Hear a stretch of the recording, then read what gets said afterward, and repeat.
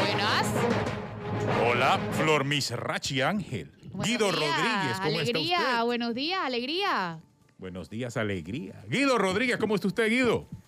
Muy buenos días, Atenógenes. Muy buenos días, Flor. Hoy es jueves 1 de octubre. Se acabó septiembre, 1 de octubre del año 2020, año de la pandemia. Un saludo a nuestros radioescuchas y a quienes nos ven por streaming en telemetroradio.com. Oigan, ustedes vieron la buena noticia de la presidencia de que iban a bajarse el presupuesto 500 millones. Aquí las buenas noticias hay que verlas como con lupa, Atenógenes. Ay, sí es cierto, por Dios. Desde ayer lo estaba Resulta, viendo. exacto, resulta que es que van a redistribuir los recursos, no es que van a recortarse nada, no va a eliminarse ningún gasto, también el personal es traslado, no es reducción. Yo creo que aquí se está perdiendo de perspectiva, o se está perdiendo de vista la necesidad de invertir. O sea, el tema de gastos, por un lado, como que no lo están revisando, pero no están tampoco pensando en utilizar, bueno, ese dinero que no se quiere utilizar en gastos, en inversiones, el Estado. Hoy conversaba con el viceministro de Trabajo y las estadísticas, las cifras realmente de empleo. Quizá para nosotros que estamos aquí, que estamos recibiendo algún tipo de ingreso, puede ser muy distinta a la realidad del panameño que para esta fecha, por ejemplo, Flor Guido, se preparaba para celebrar los desfiles. Hay toda una economía, lo sacamos en el noticiero. Cada muchacho, por ejemplo, que iba a desfilar, en promedio gastaba $295, que le compraba a una segunda, tercera persona todos sus implementos para desfilar. Esa gente que vendía eso está recibiendo cero y no está recibiendo nada, porque el que se lo compraba, lo más probable es que tampoco está recibiendo nada. Porque es que, no sé, las estadísticas para entender estos números del propio Ministerio de Trabajo dan cuenta que solamente se han reactivado un 21% del total de contratos suspendidos. Eso es mucha gente en su casa que todavía no ha podido reactivarse en la economía. Y estamos hablando de consecuencias directas vinculadas al COVID, por el lado de la salud, pero por el otro lado acerca de restricciones que se tomaron en materia económica, que, lógico, producto quizás del temor inicial de la forma en que estaba atacando el virus, se tomaron, pero que duraron mucho tiempo. Yo no sé si el gobierno está analizando con números fríos, Flor y Guido, ese impacto de esas decisiones que tomó, porque ese impacto nos va a acompañar por los próximos años. Ahí lo teníamos, mira, ahí lo tengo en pantalla, todos los que gasta, o sea, son 295 balboas que gasta cada estudiante en los uniformes producto de los desfiles patrios. Puede ser más, puede ser menos, eso es un aproximado. Pero de esos 295 que gasta cada estudiante que va a participar en desfiles, adivine, el que se lo vendía a ese estudiante está recibiendo cero. No hay plata, señores, no hay plata. Ese es el golpe principal. Por eso estos temas económicos son tan sensibles. Por eso cuando hablamos de recortes es tan sensible para la gente. Porque le estás hablando de millones a alguien que no está recibiendo absolutamente nada, Flor. No, y además tienes el recorte que en teoría iba a ser de 500 millones en la presidencia, va a ser realmente es de 19 millones. Y si te pones a ver, lo mismo pasa con la Asamblea. Marcos Castillero, el presidente de la Asamblea, advirtió que el recorte que le hizo el MEF a su presupuesto va a afectar los pagos del 13º mes en el 2021. O sea, ellos le bajan a todas las entidades cuando lleguen a la Asamblea, ellos le recortan a todo el mundo. Como bien lo dijo Raúl Pineda, la Casa del Jabonero. Llegan a todas las entidades allá, a todo el mundo le recortan. Pero ellos advierten que si les tocan el presupuesto, van a afectar a otros, o sea, no van a poder pagar el 13º mes. Pero por otro lado, se suben en la alimentación y se suben en el presupuesto para arreglar los elevadores del edificio de la Asamblea, que son nuevos. Entonces, la verdad también me parece que son incoherencias que insultan. Y todavía no se ha dicho nada acerca de la reducción de salario para aquellos altos funcionarios del Estado. Ni se va a decir nada, eso más nunca va a quedar en nada. Ni va a ocurrir. O sea, no se están enviando los mensajes correctos, Guido. Quizás, o sea, por un lado hay una situación real de crisis económica, hay una crisis también sanitaria, pero el gobierno tampoco está mandando los mensajes correctos. Sí, yo quisiera aquí acotar y hacer una precisión, porque es que se habla con algo de ligereza de recortes presupuestarios. o disminución del presupuesto. Una cosa es la aspiración que tienen las entidades del Estado y que cada año presentan ante la Dirección de Presupuesto de la Nación, DIPRENA, del Ministerio de Economía y Finanzas, su proyecto o su anteproyecto de presupuesto, y que eso sufra recortes no significa que en el presupuesto de la entidad de funcionamiento se haya disminuido el presupuesto. Por eso es que me parece exótica la declaración que hace el presidente de la Asamblea, Marcos Castillero, porque lo que le recortaron a ellos fue en su presentación o su aspiracional, no en el presupuesto actual que está aumentando. El presupuesto actual que tiene la Asamblea para el año 2021 va a ser varios millones mayor. Entonces tenemos que estar claros en eso. Cuando se habla de recortes es a lo que presentó la entidad ante el MEF o ante la Comisión de Presupuesto de la Asamblea, no que haya una disminución en el presupuesto. De hecho, el presupuesto presentado por el Estado en conjunto aumenta con relación al presupuesto del 2020 en vigencia actual. Quiero hacer esa precisión para que la gente no se confunda, porque se tiene que decir, uy, le recortaron el presupuesto a tal o cual entidad. No, no le han recortado el presupuesto. Le recortaron, le pusieron un tope a la aspiración que tenía. Y hay otro tema importante, Guido. Es buena esa distinción que ha seguido, porque a veces nos quieren agarrar. A veces. Todo el tiempo. Suena como a veces, eso siempre. Todo el tiempo. Sí, es que, Flor, eso de que no van a tener con qué pagar el 13º mes, eso es cuento de camino, por Dios. Claro. Si es que tienen que tenerlo presupuestado en el presupuesto actual. No, entonces, a lo mejor no tendrán para pagar a los que aspiraban meter en la Asamblea con la proyección que habían presentado. Ese es otro tema. Pero para los que están actualmente, tienen que tener en el presupuesto porque no les han disminuido el presupuesto. Sí, no, pero ganas de agarrarnos la cara de tontos. Sí, porque es que, o sea, jugar tampoco con la inteligencia de la gente, utilizar estas tácticas de que, recorte, sí, nos estamos ajustando el cinturón. Pero ojo, mira lo que dice la Cámara de Comercio. Lo que dice la Cámara de Comercio sí establece claramente la distinción entre una cosa y la otra. Óyeme, de esto, ¿qué vas a hacer para ajustarte el cinturón en gastos? Y no se está hablando de que haya despidos masivos porque tampoco esa es la idea. Mucho menos en este momento debe haber despidos masivos, dada la característica de la situación económica en que nos encontremos. Pero aquellos que por lo menos están recibiendo una parte de sus ingresos deben apoyar para aquellos que están recibiendo cero. O sea, mucha gente ahora mismo no está recibiendo nada más allá de la ayuda que pueda llegar del bono solidario, vale solidario o lo que sea, pero no están recibiendo ingresos. Y me refiero a gente de clase media baja, clase media alta, que está recibiendo cero de ingresos. Porque de repente el ciudadano común de a pie a lo mejor se está recibiendo el bono solidario, el vale solidario, pero hay una clase a la que nadie está mirando y es la clase baja, la clase media alta. A esa gente no se le está mirando en este momento, sí, y muchos de ellos están recibiendo cero. A eso voy. Cero. Y por otro lado, hablando de millones para un presupuesto que no hace sentido en este momento. A eso voy. Hay otro tema en que nos van a agarrar de bobos y no estamos despertando, y es la reactivación de la planilla 172. Me parece peligrosísimo y gravísimo que lo estén contemplando en el presupuesto del próximo año. Lo advirtió ayer Juan Diego Vázquez. En este momento de pandemia van a reactivar una planilla que se usaba para desviar fondos públicos cuando hay casos en la Corte contra diputados y en el Ministerio Público contra exdiputados. Entonces yo no creo que ya es chambonada, yo creo que no les importa simplemente. O sea, estamos hablando de la 172.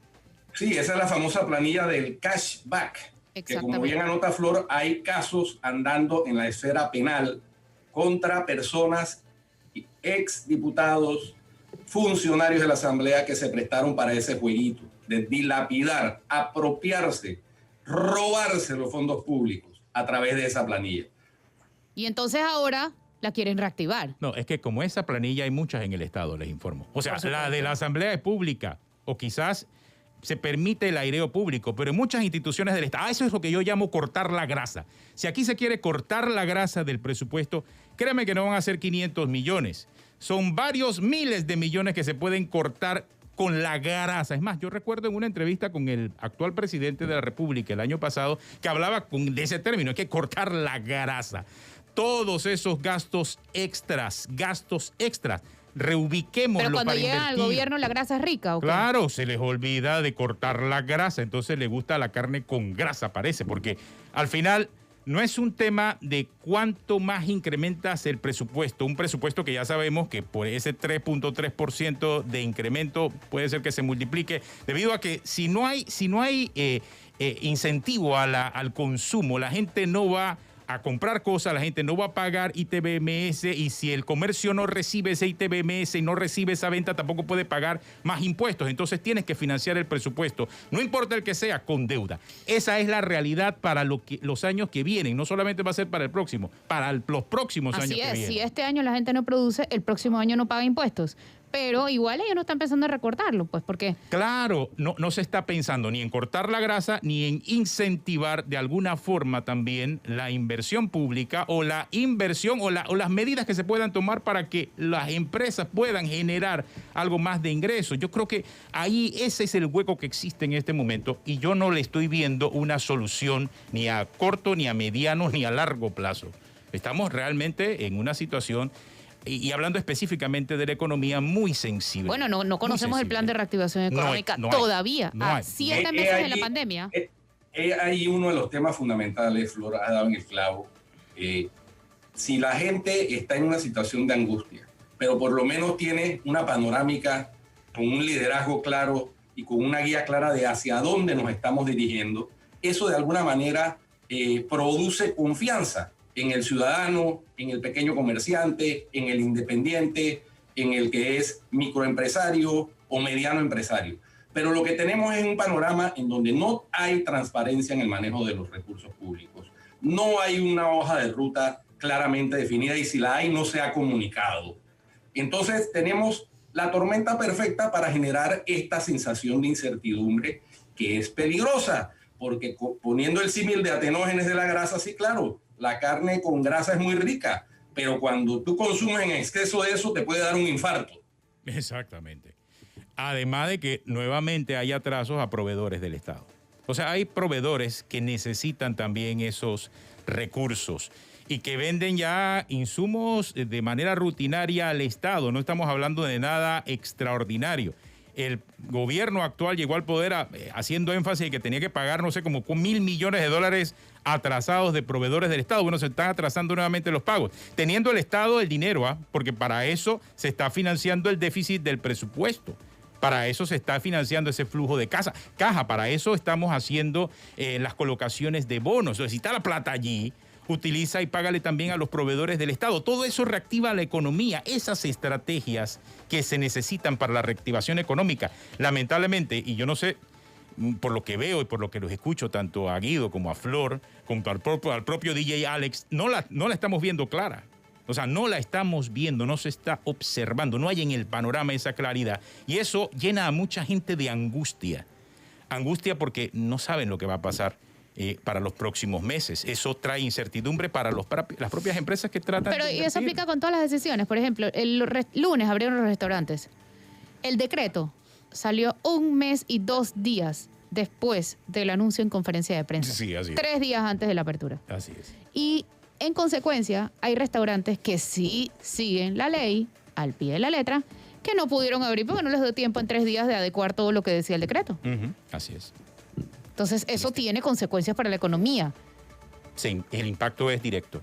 El impacto es directo. Esa incertidumbre que se vive a la hora de la falta de comunicación en temas económicos sensibles es clave.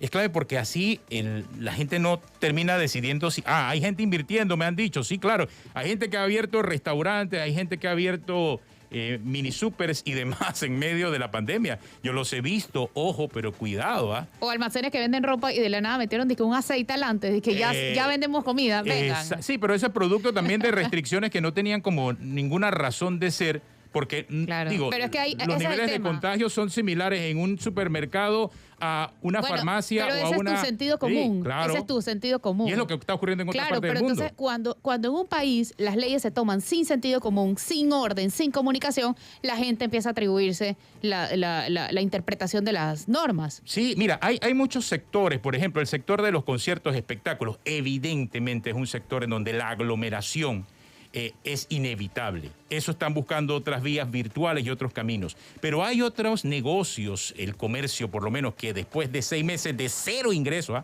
cero ingreso para el comercio hasta ahora se permite presencial. Eso es un tema que puedes controlarlo, así como lo controlas en el supermercado, lo controlas en una farmacia, lo controlas en una ferretería, lógicamente a la hora de también ir a buscar algún bien de uso común. Esas decisiones, ¿y qué pasa? ¿Quiénes son los que generan mayormente los ingresos, los que mueven la economía? Es ese comercio al por menor que se vio impactado por 6 meses y que ahora estamos viendo los efectos de ese cierre prolongado o una decisión quizás no debidamente consensuada o analizada. Ni controlada. Que se suma a todas las otras decisiones que se están tomando de esa forma. Bueno, pero además, sin ningún tipo de control, porque la Asamblea no ha ejercido ningún tipo de control y la Corte mucho menos. Así es. Entonces, estamos a la deriva. Ahí termina, porque si hubiese ese balance de poder, entonces es en la Asamblea donde discutiríamos estas cosas, no en un programa de radio, para que algún diputado... No, un programa de radio allá. También, en un programa de radio también. Lo que pasa es que mira, ya la opinión aquí está tan devaluada, porque todo el mundo opina, todo el mundo grita, todo el mundo habla, y cuando todo el mundo grita, habla y opina, no se toman decisiones. Los entes para tomar decisiones casualmente son los que mantienen ese control y balance de poderes, y ese balance de poder está en la Asamblea. Y si la Asamblea no actúa, ¿qué pasa? Se hace lo que le da la gana al que le dé la gana. Ahí estamos viendo las consecuencias. Lo que ha aflorado con esta pandemia es una tremenda incoherencia, una disfuncionalidad de los organismos del Estado y no hay, pareciera que no hay voluntad de corregir esa situación. No, porque ellos no hay ven que voluntad también... ni en la Corte, no hay voluntad mucho menos en el órgano legislativo, que está en lo que ha estado durante muchos años atrás, que es viendo a ver qué hay para mí. Sí. Parafraseando el chispoteo del director de la Caja del Seguro Social, y en el Ejecutivo, pues, que es el que debía liderar un proceso coherente de hacerle frente a la pandemia, pues ya vemos lo que hay. Las decisiones autocráticas no son buenas, o autoritarias, y esas vienen de la mano de ¿qué? De la falta de balance de poder. Y de las consecuencias de un gobierno que fue el brazo civil de la dictadura. Además, o sea, mira con todo ese antecedente que tienen. O sea, con más razón tienen que cuidar su reputación. Bueno, aquí hay... Pero no la cuidan, o sea, no la cuidan, no ven eso en el panorama. Esa es la duda. Mira cómo piensa Flor. Así piensan muchos panameños en este momento. Es lamentable, es triste, y así dice, mira, así acentúa el DJ Alex. Es verdad, eso es lo que él dice. Eso es lo que se piensa, eso es lo que está en la calle, eso es lo que está en las redes. Yo estoy arriba, yo tomo las decisiones. Si incumples, te doy tolete. Exactamente. Así es. Y nadie me va a controlar, porque ni la Corte ni la Asamblea me van a controlar. Yo te voy a tomar las decisiones que yo quiero. No te tengo que explicar, no tengo ni siquiera que tomar decisiones coherentes. Simplemente yo lo hago. Y además, lo más triste de todo es que ellos piensan que están bien. Ellos piensan que lo están haciendo bien. A mí eso es lo que más me preocupa de todo.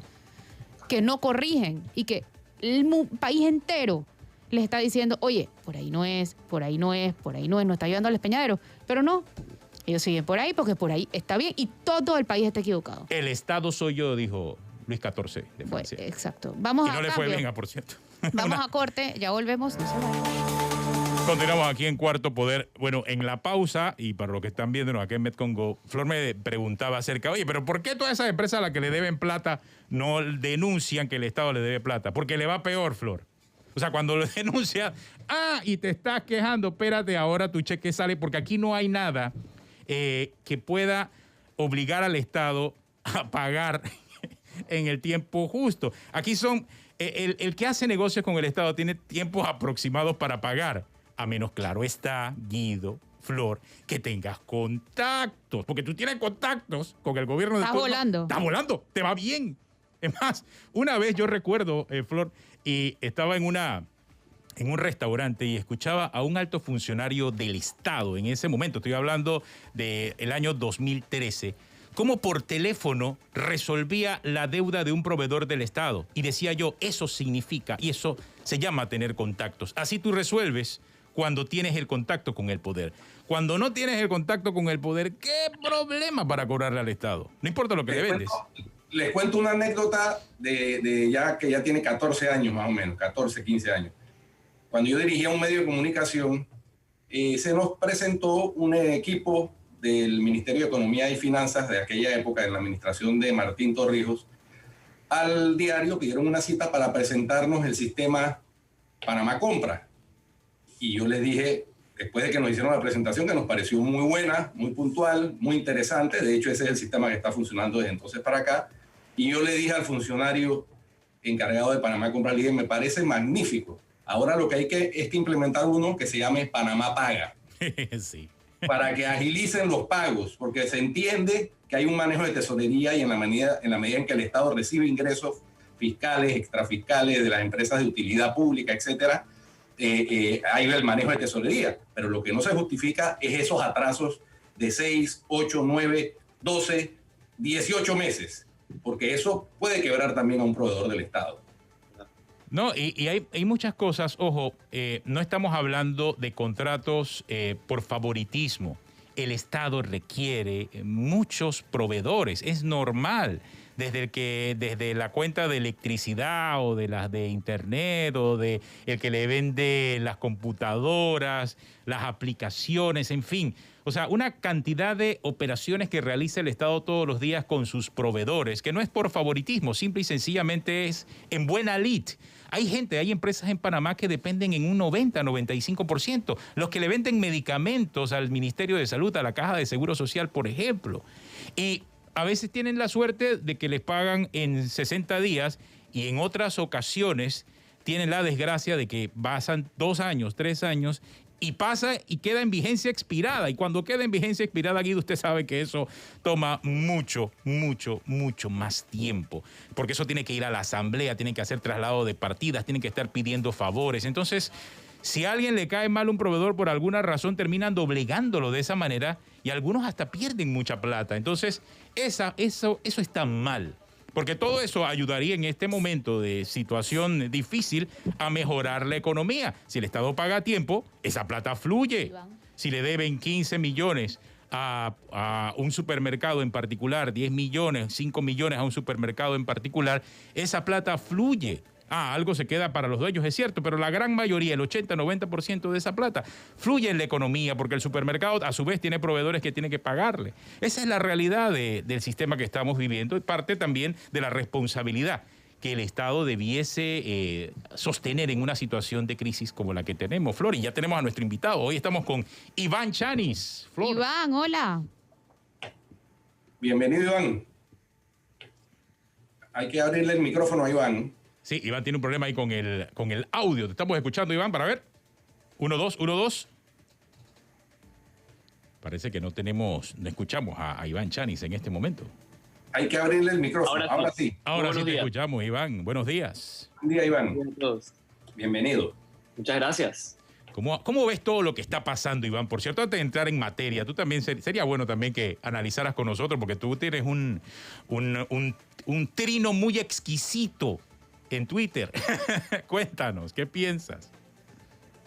Bueno, es importante que la ciudadanía está participando, está mostrando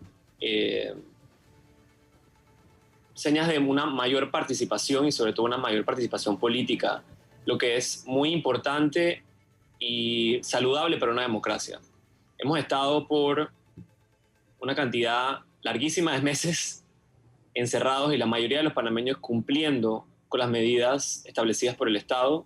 Yo creo que es momento de que así mismo como la ciudadanía cumplió con esas medidas de restricción, ahora se cumpla con el desarrollo de su mayor dignidad, llámese acceso a la salud, acceso al trabajo, acceso a todo espacio en que los panameños y las panameñas podamos de la manera más digna poder llevar adelante nuestras vidas. Entonces yo creo que es un momento importante, o sea, yo lo quiero ver desde un punto de vista de optimismo y de mirar hacia adelante más que mirar hacia atrás.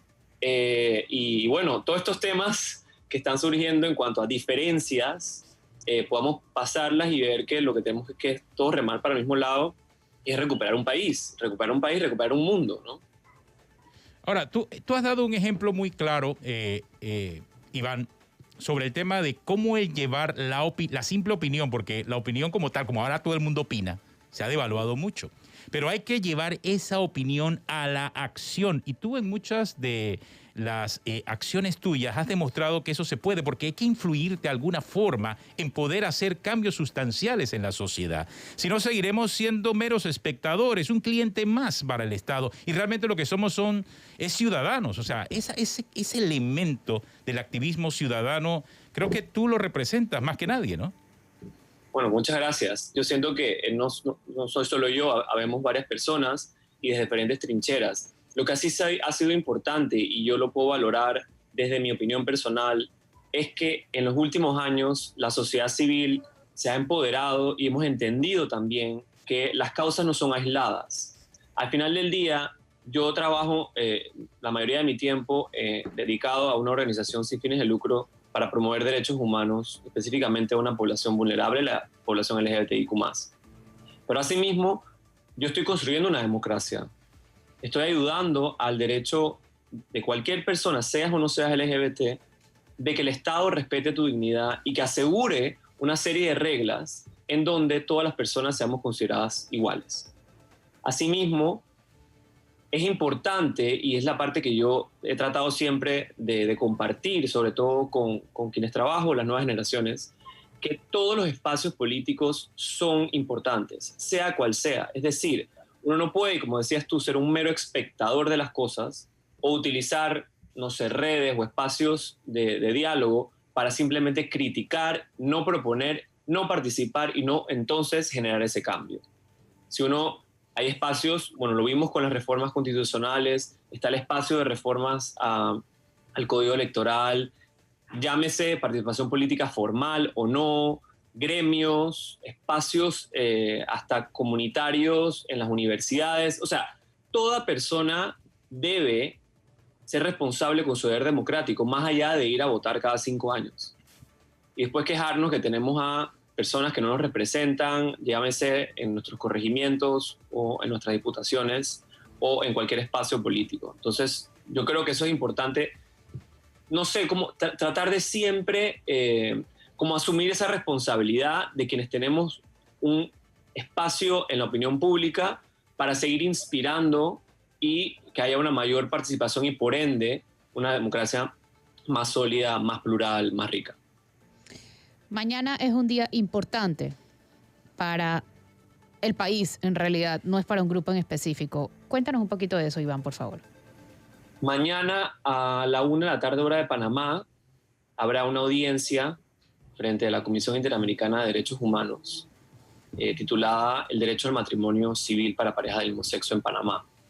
Esta audiencia es a solicitud de Fundación Iguales, pero de toda la comunidad o población LGBTI de Panamá, ya que por más de 4 años la Corte Suprema de Justicia no toma una decisión en cuanto a la dignidad de esas parejas del mismo sexo que quieren registrar su matrimonio. Esta audiencia es el seguimiento de una audiencia que hace 2 años, también Fundación Iguales, pero junto a organizaciones de al menos 10 países de las Américas, entre esas Costa Rica, Ecuador, Chile, México, Estados Unidos, Venezuela, El Salvador. Solicitamos a la Comisión Interamericana de Derechos Humanos para hablar del tema regional, de cómo estaba el tema de derechos humanos, específicamente el matrimonio en la región.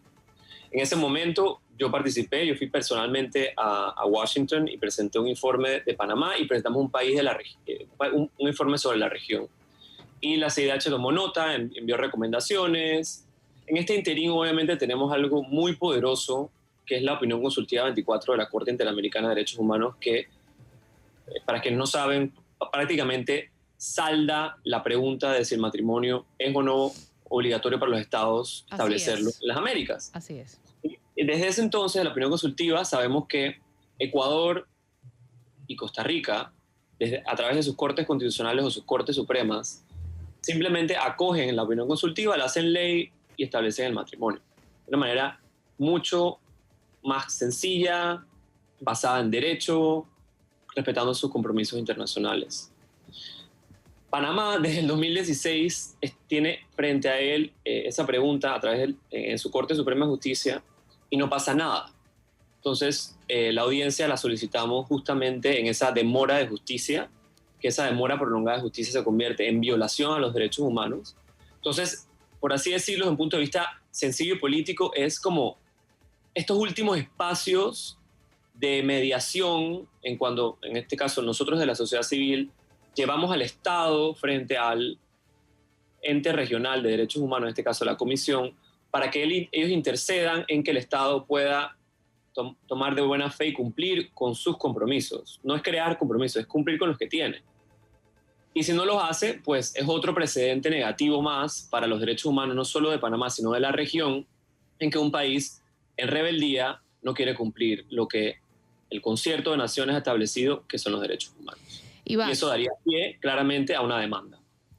Iván, ustedes publicaron un comunicado increíblemente, es histórico realmente, de juristas colombianos que establecieron justamente esto, ¿no? Que Panamá debería cumplir con sus compromisos.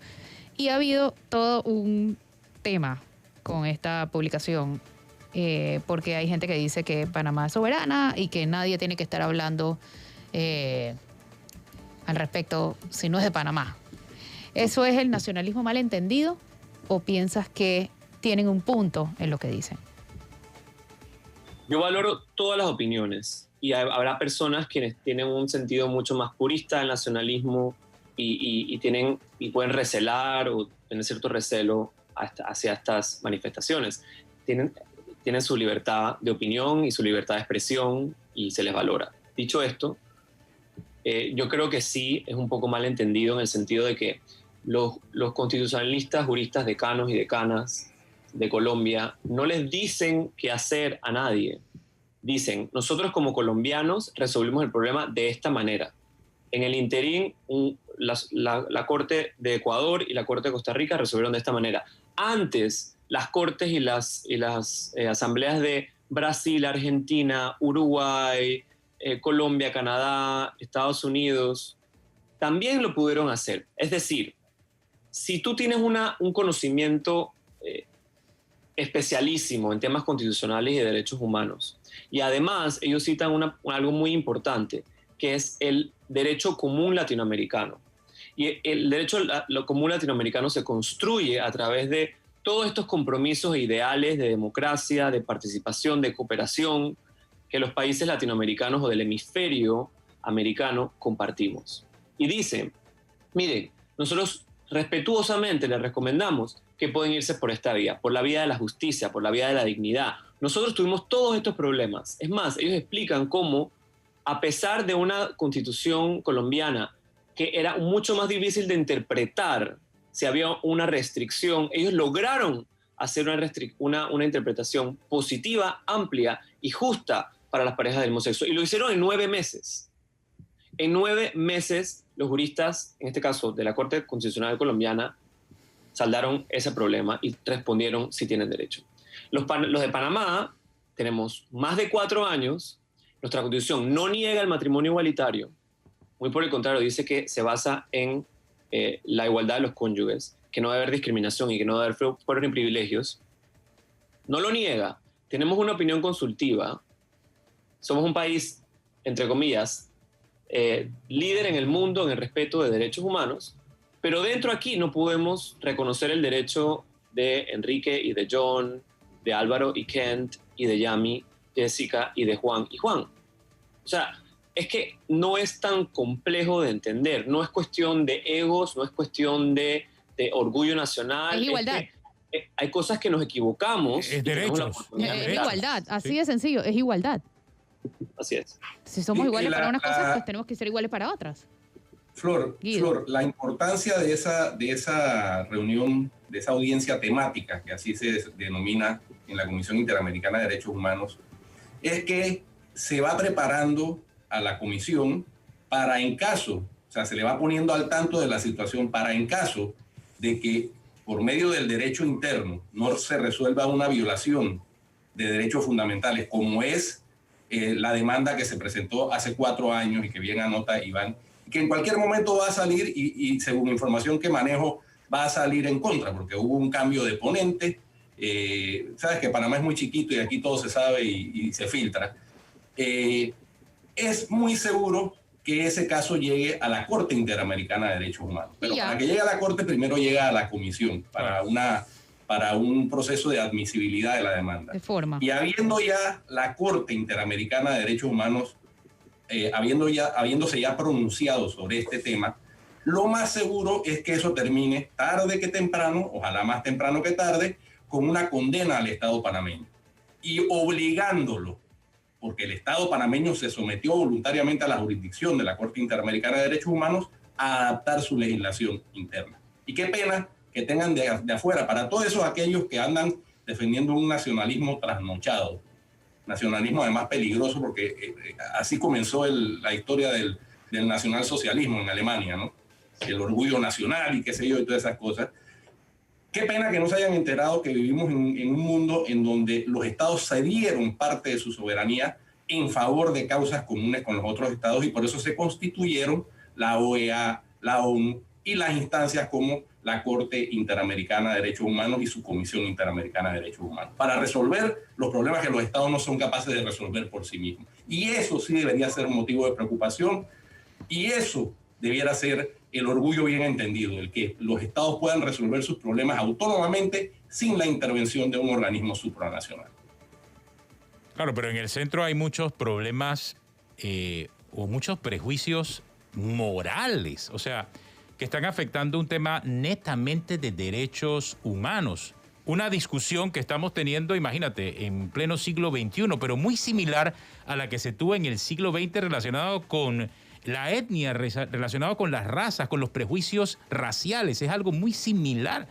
O sea, y que hoy en día inclusive, Iván, yo porque leo esto en Twitter, leo esto en Instagram, gente que considera todavía que el problema de el ser homosexual, de ser lesbiana, ser tiene una connotación religiosa y moral y no un tema de derechos humanos. Es decir, hay mucha gente, inclusive en redes sociales, que dicen que ni siquiera debiesen ser considerados personas normales. O sea, trasladando un problema emocional e individual de cada persona a un tema de derechos humanos mucho más profundo que una simple discusión.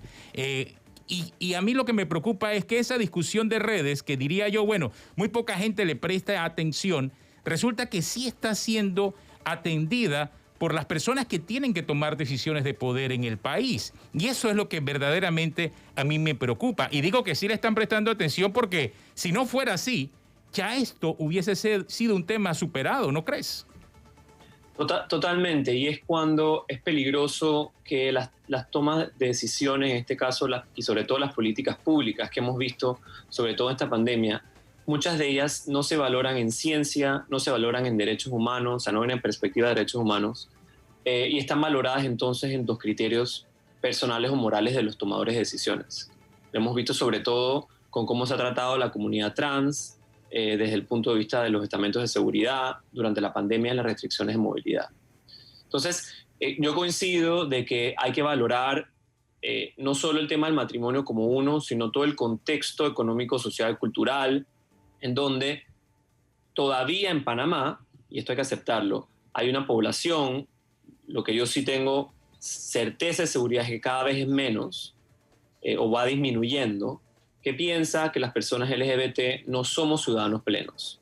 Y parte de eso se refleja en el no acceso a una institución civil que es el matrimonio. Cuando empezamos a concientizar o sensibilizar y explicamos que el tema que está en la corte es justamente eso, y haces la pregunta, ¿usted está a favor del matrimonio igualitario? Te dicen no. Pero bueno, espera, déjame explicarte. ¿Usted está a favor o en contra de que una pareja del mismo sexo se case frente a un juez o un notario únicamente y no frente a una iglesia? Le dicen, bueno, espérate, ¿cómo es esa cosa?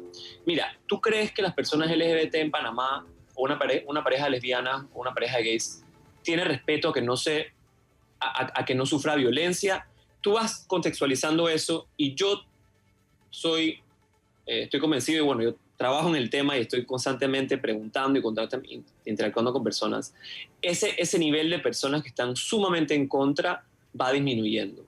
Lo que sí ha pasado, y no solo en Panamá, es que hay un grupo dentro de ese grupo, que es la minoría, que es la minoría como más extrema, que trata de dominar la conversación y establecer una narrativa estableciendo una retórica en base a que las mayorías están en contra. Pero si tú empiezas no sé, a hacer como una contextualización de esa mayoría, entre comillas, que está en contra, no todos, y no es la mayoría de ese grupo, que podemos decirle, llamarlo conservador, está en contra de que las personas LGBTI tengan derechos. Es un tema todavía muy difícil porque ustedes son expertos. El tema de los cambios sociales son mucho más difíciles que los cambios legales inmediatos. Entonces, esto es un trabajo que más allá de que se apruebe el matrimonio igualitario o no, seguirá en el tiempo, lastimosamente, pero para eso estamos personas como yo y me seguirán muchos y me anteceden muchos que trabajamos por esa promoción, respeto y observancia de los derechos humanos.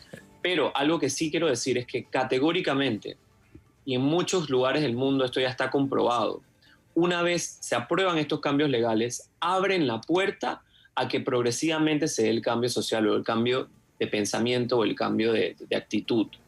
Algo muy puntual y dentro de las miles estadísticas que yo podría brindar aquí, una que me parece que es muy importante, es que en los Estados Unidos, cuando se aprobó el matrimonio igualitario, hay una correlación directa entre la aprobación del matrimonio igualitario y la disminución de la depresión y los suicidios en niños y adolescentes en Estados Unidos. ¿Por qué? Porque la posibilidad de que un niño o que un adolescente o que una persona en general en el país vea que hay personas que pueden realizarse, si es su decisión personal poder casarse, de que el Estado lo protege y no está en contra de él, porque nos hacen ver como que si el Estado está en contra de nosotros y las personas tienen que defendernos cuando nosotros muy por el contrario. Un Estado que abre las puertas a todos sus ciudadanos en dignidad, que cumplen con ser ciudadanos plenos, justamente está fortaleciendo al Estado. Entonces, esos son el tipo de cosas que a veces se pierden en perspectiva de que, no, es que se quieren casar porque sí. No, mucha gente podrá o no querer casarse. Cada quien, eso es su decisión individual. Pero si deciden hacerlo, no tienen por qué ser negados de ser tratados en igualdad frente a cualquier otra persona, porque todos nacemos libres, iguales en dignidad y derechos, y el elemento que de tu orientación sexual o de tu identidad, expresión de género, no cualifican o te hacen un ciudadano de segunda, tercera o cuarta categoría. Bueno, y ha sido muy benevolente en llamarlos conservadores. Desde mi punto de vista no son conservadores, son simples necios. Porque si fueran conservadores mantuviesen una misma forma de ser en cuanto a su opinión acerca del matrimonio igualitario y también su opinión acerca de la corrupción. Estarían en contra de la corrupción, estarían en contra de los grandes males que acechan a la sociedad. No, pero tú lo ves en contra del matrimonio igualitario, pero diciendo, lo que pasa es que el que no da, no va. No, lo que pasa es que robó, pero hizo. No, entonces no son ni siquiera coherentes en el argumento en el cual ellos se expresan con relación al matrimonio igualitario. Entonces, por eso, para mí, ni siquiera se trata de un pensamiento popular, ni siquiera se trata de un tema moral, es un tema de necedad muchas veces. Necedad popular. Claro, no, ni siquiera es populismo, es necedad o ganas de, no sé, llamarle la atención a quién. Al final del día, esto es un tema más profundo, es un tema de derechos humanos, que hoy en día tiene que ver con el matrimonio igualitario, pero que mañana va a tener que ver con nuestra propia realidad y nuestros propios derechos ciudadanos, Flor, Iván, Guido, esa es la realidad. Este es el comienzo quizás de una batalla interesante por la lucha de ser cada día más ciudadanos en este país. Yo creo que Atenógenes no es el comienzo, sino yo diría que es la continuación de muchas luchas, porque si vemos por ejemplo, nuestras mujeres llevan adelante desde hace muchos años una lucha que primero consistió en lograr que se les reconociera como ciudadanas, que antes ni siquiera eran consideradas ciudadanas, no tenían derecho a voto. A partir de la década del 40 se les concedió el derecho al voto, pero luego de ahí han tenido una lucha permanente que sigue en el tiempo por equidad de género, que se llama, porque haya igualdad de oportunidades para las mujeres y para los hombres, igualdad de participación en las tomas de decisión, etcétera. Bueno, esta es una lucha más de ese tipo, lucha por derechos humanos, por derechos fundamentales, por respetar, entre otras cosas, un postulado cristiano de que todos somos iguales ante los ojos de Dios.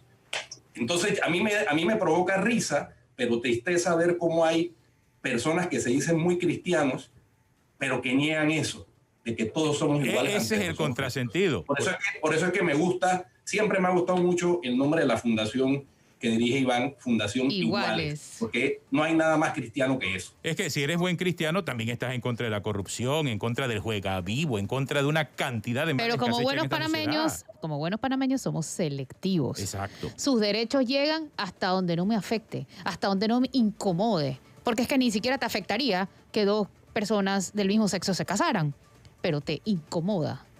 Y por eso entonces yo tengo que oponerme. Y me Claro. opongo porque me opongo, sin darte cuenta que al oponerte también te estás terminando de afectar tú. O sea, te afectas tú en la progresión de tus derechos como ciudadanos, Iván. Así es. Ahí es donde yo tengo bastante optimismo, sobre todo en la juventud, que ha sido, en mi opinión, un catalizador en cuanto a esa interconectividad de las causas. Un poco a lo que mencionaba Guido, del feminismo. Y, por ejemplo, desde un feminismo joven o reciente, o más reciente, hemos logrado como solidificar esos puentes que ya han estado siempre, quienes estamos en derechos de minorías o de personas en condición de vulnerabilidad. Uh-huh. Y cómo los estudiantes han sido catalizadores de esa conexión entre estudiantes, entre trabajadores, entre feministas, entre activistas de derechos humanos, activistas ambientales, personas que también vemos por democracia, y sobre todo con una generación mucho más, ¿cómo decirlo?, savvy, mucho más consciente del poder político, que es participar, simplemente participar. Entonces, yo espero que sobre todo miras a 2024, a los años que nos quedan adelante antes de los próximos comicios, que esa participación política se fortalezca. A mí me gustaría que esas capacidades de convocatoria de marchas contra los LGBT, contra el matrimonio igualitario, ¿sabes?, fuera superada por las llamadas a los pailazos cuando hay temas de corrupción o cuando trabajamos el no a la reelección, o a movilización de nuevos candidatos sin ataduras y sin bagajes de corrupción ¿sabes?, al status quo de quienes están gobernando, sobre todo en nuestra asamblea, que es uno de nuestros grandes problemas. Así que yo no sé, aprovecho este espacio para quien sea que está escuchando, que simplemente hay muchas formas de participar. Obviamente una está en redes, pero salir de las redes también es súper importante. Así es. Y exigir un cambio, porque todos tenemos ese derecho de exigir un cambio y simplemente no continuar con las malas prácticas que tenemos. Me parece súper importante esto que dices de salir de las redes, sobre todo porque las personas que llegan al poder, a pesar de que usan mucho las redes para llegar al poder, cuando llegan dicen: no, las redes no son Panamá, eso es una burbujita. Entonces, justamente por eso hay que salir de las redes. No, y de la forma en que la usan, porque la usan es como propaganda. Ah, pues. Herramientas de propaganda. Pero mañana a la 1 de la tarde hay que estar pendiente de las redes, específicamente de la red de la OEA, para darle seguimiento a la audiencia temática en la Comisión Interamericana de Derechos Humanos. Y yo creo que aquellos que se oponen por lo que dijo Flor o por cualquier otro tema, sería bueno que hicieran autodocencia sintonizando esa audiencia. Así sea para cuestionar, ahí aprenderán bastante, porque ahí en la Comisión Interamericana de Derechos Humanos se maneja un nivel de conocimiento de la temática realmente admirable. Así que yo exhorto a los que quieran conocer un poquito sobre el tema y cómo se ha tratado este tema a nivel del continente, que sintonicen mañana a la 1 de la tarde esa audiencia temática a través de las redes de Facebook de la Comisión Interamericana de Derechos Humanos. De Iván, gracias por acompañarnos hoy, y no te quiero despedir sin antes agradecerte el trabajo que haces, porque como lo hemos hablado, no es solamente en pro de las personas del mismo sexo, es en pro de todos. Gracias, Iván, gracias por esa lucha que es cuesta arriba. Es cuesta arriba. Un abrazo, Iván, chao. felicidades y éxitos mañana. Una pausa, ya regresamos en la parte final de Cuarto Poder. Hola, llegamos otra vez. Guido Rodríguez, ¿tuviste por favor que el Tribunal de Cuentas archivó el caso Ciudad Deportiva? Sí, me enteré de eso en nuestro momento en diciembre del año pasado habíamos interpuesto un recurso de reconsideración ante una decisión que a mí me parecía cuestionable, porque con base en un laudo arbitral que resolvió otro problema, se pretendió desconocer que en ese contrato y en ese proyecto hubo una lesión patrimonial de varios millones de dólares. 8.5 millones. El laudo arbitral, si bien es obligatorio entre las partes, no obliga al Estado. Y el Estado tenía que hacer lo posible por recuperar esos dineros que se perdieron en la ejecución inadecuada, indebida de ese contrato, de esos contratos, porque fueron dos, la Ciudad Deportiva de David y la Ciudad Deportiva de Puebla. Yo creo que hay que profundizar mañana más en ese tema, porque hablábamos acerca de cortar la grasa. Les queda minuto y medio, hablemos, porque Pero no me puedo ir con esta Estado, ansiedad. Es que el Estado no puede dejar perder 8.5 millones así, cuando se está diciendo que hay una posible lesión patrimonial. Es más, se ha ordenado el levantamiento de la cautelación de 10 millones. O sea, ahí hay plata, Guido. No sé por qué no ven las cosas de esa forma. Bueno, es una discusión jurídica, si se quiere, un poco técnica, pero en mi concepto, y lo sigo sosteniendo como abogado, el laudo arbitral no es absoluto, no puede definir la relación entre un contratista y el Estado. Puede definir la relación desde el punto de vista formal, pero no cuando se ha producido una lesión patrimonial. Eso es como si un laudo arbitral pretendiera intervenir en la jurisdicción penal. Es guardar las proporciones lo mismo. Una cosa es una cosa y otra cosa es otra cosa. Como dijo aquel sabio popular una vez. Pero es cierto. O sea, aquí hay un tema de fondo importantísimo, y es que, o sea, hay una posible lesión patrimonial hacia el Estado que se detectó de 8.5 millones, y el Estado lo que está diciendo, ¿sabes qué? Yo mejor archivo esto y suspéndele la cautelación, no importa, yo como Estado pierdo.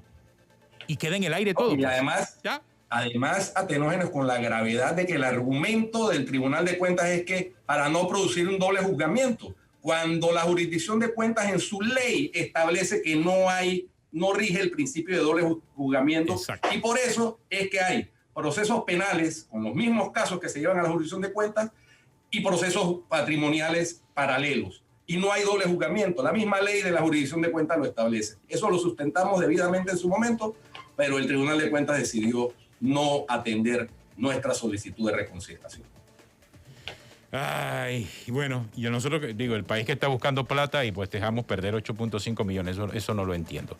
La casa pierde y se ríe. No, ese es el problema, que ahora mismo No, la ya casa estamos. pierde y ni siquiera se da cuenta. Es que no estamos en momento de perder plata como Estado. O sea, o hay una lesión patrimonial y se llega al fondo del asunto, y si estás como funcionario para defender los intereses del Estado o no estás. O sea, si te nombran en un puesto público es para defender los intereses del Estado. Pues no se está haciendo. Terminamos 9:00 a.m, pero este tema hay que profundizarlo mañana, porque mira la cantidad de plata que dejamos en la mesa. Gracias, Guido Rodríguez, por estar Y no con en esta nosotros. mesa. Chao. No en esta mesa, en la otra. Hasta mañana, Flor. Hasta Importante mañana. la aclaración.